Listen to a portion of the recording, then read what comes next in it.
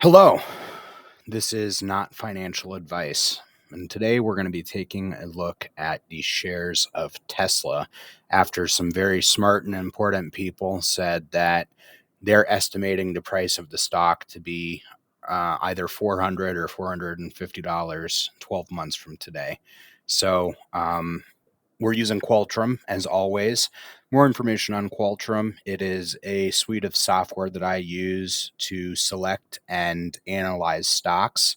Although I have no affiliation with Qualtrum, I do like the product quite a bit, and I'm going to leave a link for it in the description below.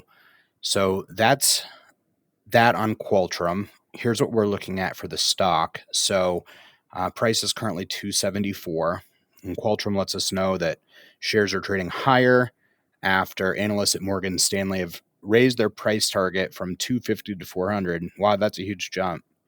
Very interesting. So the price is 274.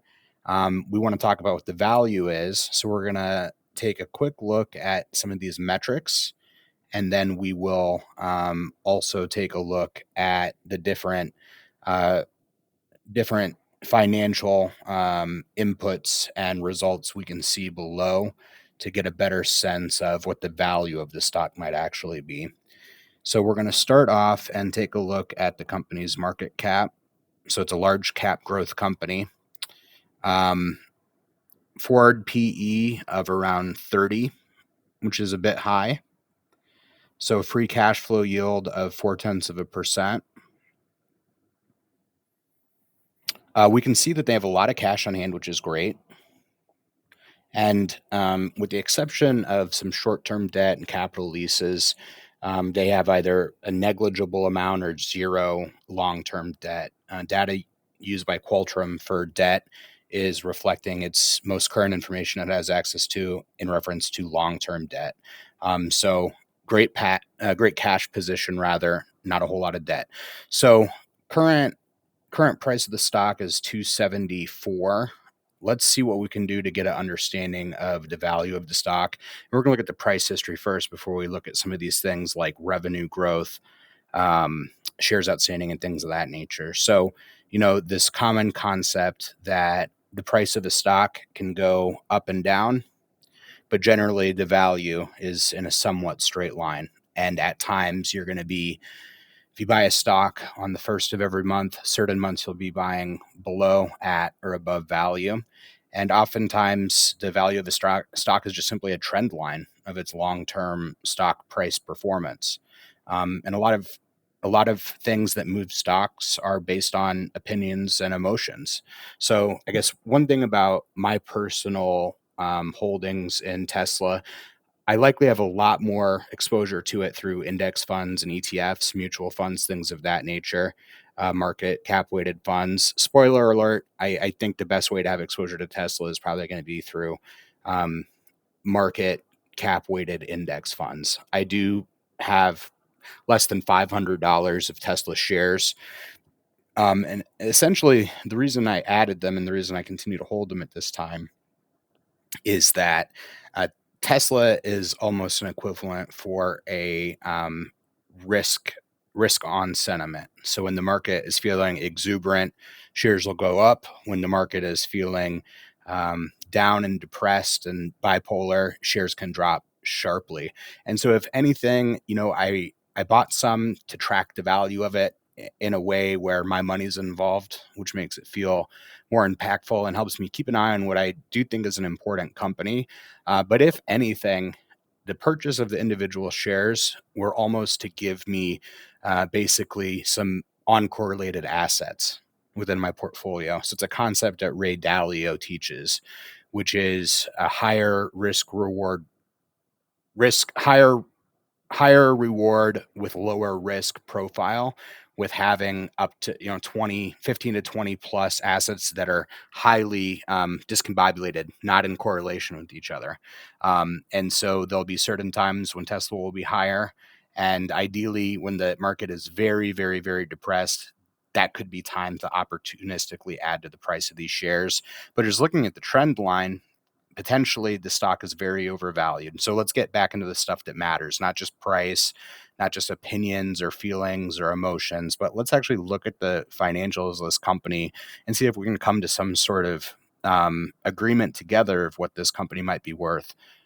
Great time for me to ask. Please like the video, and if you would subscribe to my channel as well, I'd sure appreciate it. Additionally, if you have any suggestions to my channel, as I'm a sort of newer YouTuber in the financial space, definitely feel free to leave that in a message. And if you have any stocks you'd like for me to take a look at, if you've enjoyed these videos, you could make a request for me to review a stock, and I'd be more than happy to do that for you either today or tomorrow. So we're going to get right into this. We've already covered some of the ratios up top. Let's look at top line revenue growth on an annual basis over here at Qualtrum. So pretty great. What we can see here is, I think it's going to be most helpful to look at the increase in revenue over the last 2 and 5 years. So over the last 2 years, we've had a 61% growth in revenue for Tesla. Over the last 5 years, there's been a 47% increase in revenue per year for Tesla. So really, really high numbers here when it comes to revenue growth. And, what is Tesla? They're a manufacturer of automobiles that have technology in it, led by a very strong personality with their CEO. There are some implications. At times, Tesla has had exposure to crypto on its balance sheet. The personality of the CEO, I think, plays a role in this company, which could be viewed as a good or a bad thing. And overall, it's viewed as a bellwether for risk assets. I think crypto and Tesla are more likely to move together than Home Depot, Coca-Cola, and Tesla would be in correlation. So just having this understanding here of how the price moves, but we're still working to dissect the value here. So we can see that revenue growth is pretty high in the last 2 and 5 years, anywhere from 47 to 61%. So astronomical revenue growth. Now let's take a look at the free cash flow together. What a lot of people would say is this is not enough data to value the stock on, and that's going to be sort of a theme throughout this video, right? So we have data here for 2022. I think we have 2 quarters reported in 2023 for Tesla. So we will take a peek on a quarterly basis. As always, we're looking at stock-based compensation adjusted free cash flow. What that means is it's the bottom line free cash flow, and then minusing out any stock that's awarded to executives. So it's a great measure of free cash flow, a true and honest measure. Something that Qualtrum has been popularizing is using stock-based compensation adjusted free cash flow. So just taking a look at this here, fiscal year 2022, $6 billion in free cash flow. That's a lot. But the year before that, 1.3 billion. Year before that, $1 billion. And then the year before that, 70 million. And then a year before that, a loss of 1 billion. Okay. And we saw here, if we go back to say 2013, there were growing losses, and the losses became extreme before it started to turn around. So, this is a consumer discretionary stock. It's a luxury brand. Electric vehicles are cool now. They're not Toyota Priuses anymore. Teslas are EVs, and EVs are Teslas, and all EVs, for the most point at this part, including I think Ford and Chevy, have capitulated, and they're going to be using Tesla charging stations. So that's definitely exciting for the brand. And so if people's views on EVs or the brand value of Tesla changes, that could obviously impact everything. But at the moment, they've got a lot of wind at their backs in a really good way. So kind of hard to judge here, and not enough years to sort of predict what their long-term cash flows are going to be. And we can even see that a little bit more precisely when we look at the quarterly reports for free cash flow on a stock-based compensation adjusted basis. So, we can see that they started hitting profitability, in a serious way in the middle part of 2018. And there's been some ups and downs. It's generally moving up and to the right, and it's been doing that for several years. But when we look at 2023, so the quarters that are reported, it's been crazy. So they had a quarter where they had $3 billion of free cash flow. Summer of 2022. But then, we've had a quarter just recently, the first quarter of this year, almost nothing on a relative basis, and then a little bit of an improvement. But there's still even cyclicality within this. So the final number for 2023, I don't know what it's going to do, but there's, I think, a chance that it could be less than 2022. So we're going to go back on this annual basis here, just so we can see how sort of unpredictable this company is. But when we look at the free cash flow again on an annual basis, adjusted for stock-based compensation, we can see there's a period of time when they were not producing free cash flows, and now they have been, essentially for 1 year in a very, very big way. And a lot of people are projecting that forward. So we'll be looking at a few different cases when we try to figure out what the fair value of this stock is, guys. So revenue's up and to the right pretty steadily. The cash flow is up and to the right, but it's a lot more choppy.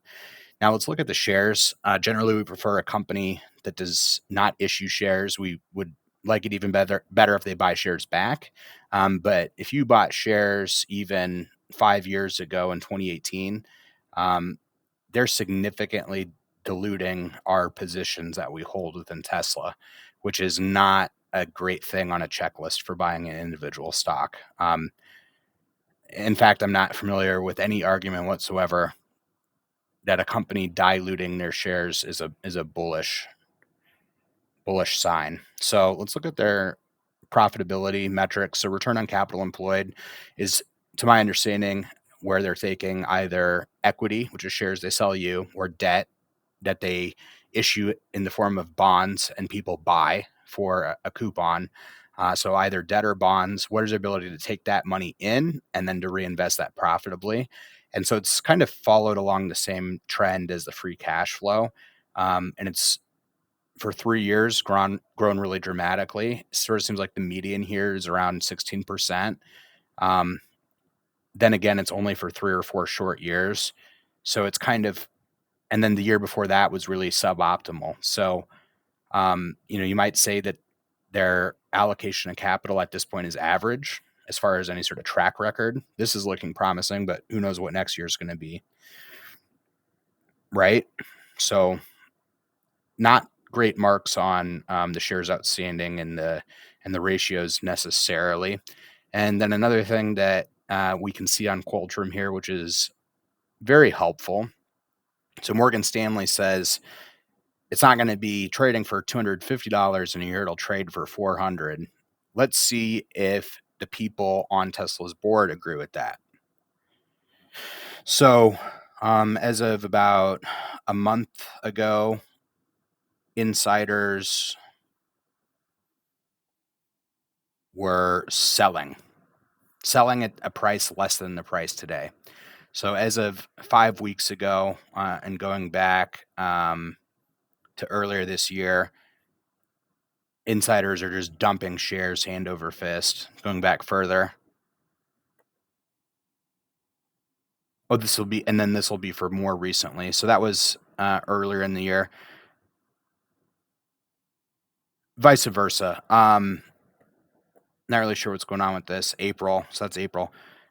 Insiders are dumping shares in April of 23, and then dumping shares back as far as March of 23. So insiders, they'll be surprised, I guess, or disappointed maybe when the price hits 450 or 400, according to Morgan Stanley, in 12 months. So we're going to take a look here and see what my estimate for the fair value of this stock is. At this point, a reminder to like the video and subscribe to the channel, please. It would sure help out, and I'd really appreciate it. But let's see what we can do to take a peek here. And I've got one other thing I'm going to be adding in, but these are some different assumptions So bear with me here, but the average of the free cash flow over the last 5 years has been around 1.3 billion. Um, Big, huge cash pile, 23 billion, essentially zero long-term debt, which is great. 3.5 billion shares, which are increasing. Tesla likes to dilute its shareholders. Um, Now, I said that we were going to look at some different ranges of some outcomes. So, if you believe that Tesla in 7 years will have a fleet of taxis that have completely reinvented the world economy, everything from taxis to ride share to grocery delivery, and we're going to be living in a world where autonomous Teslas are half of the cars on the road, and then they're going to start flying.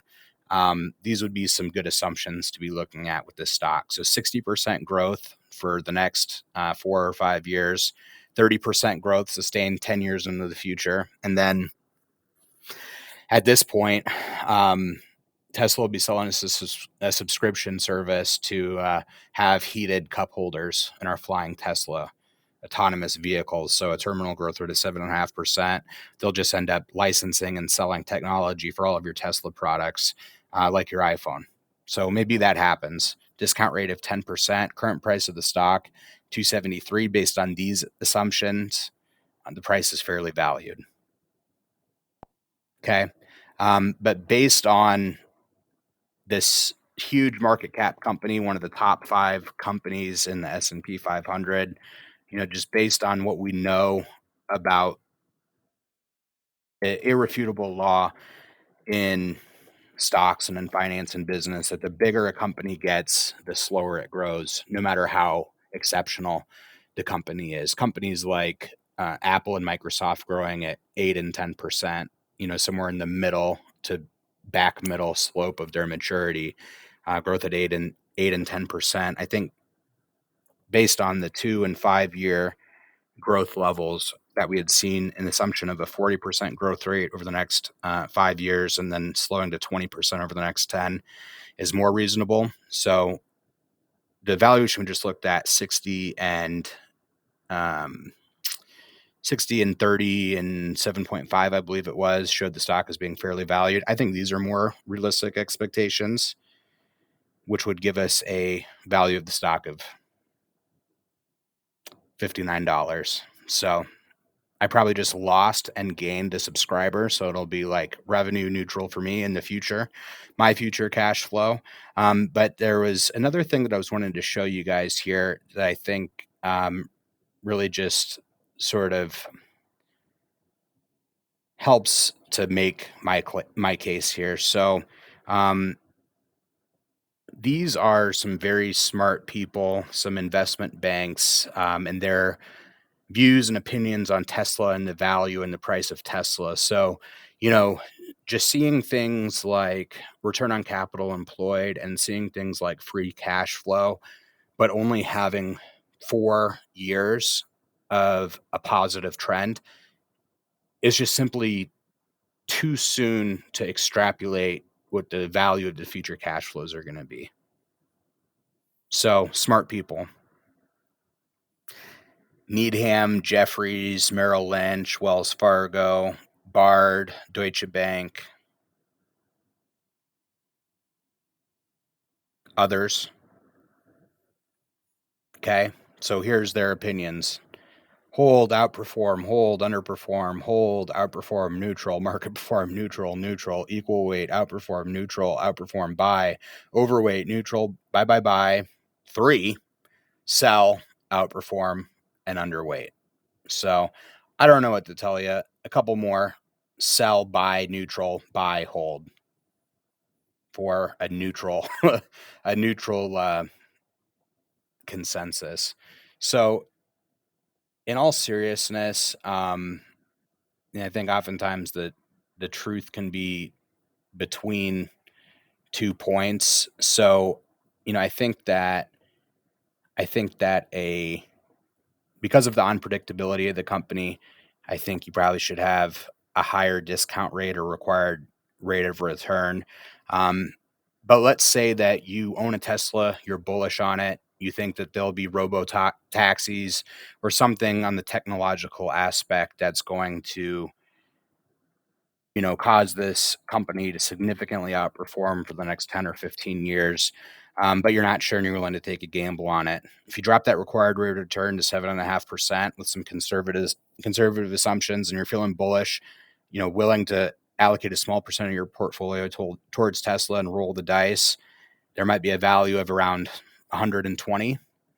And, just looking back here at the price performance, there's something that I see that I think is um, pretty helpful and instructive. And it's where we'll leave this video after you make sure to like and subscribe to my channel. But when we look at the price of this stock, and based on that last input I did with some reasonable growth projections, saying that maybe we feel bullish on it and we're willing to roll the dice on a small portion of our portfolio, companies that are mature and deserving of huge amounts of our capital for investment. The company's been trading publicly for 20 years. It's hard to see drawdowns of 73% when you have a company that the market is pricing rationally.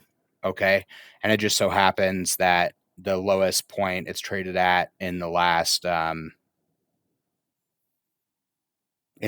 12 months is right around $120 a share. So if you made it this far, the answer is, just like all of those different investment banks, I don't have any freaking idea. So thanks for tuning in to this episode of Not Investment Advice. If there's any stocks you'd like for me to review, go ahead and leave them in the comment below, and I'll be happy to get to them shortly. Thanks. Bye.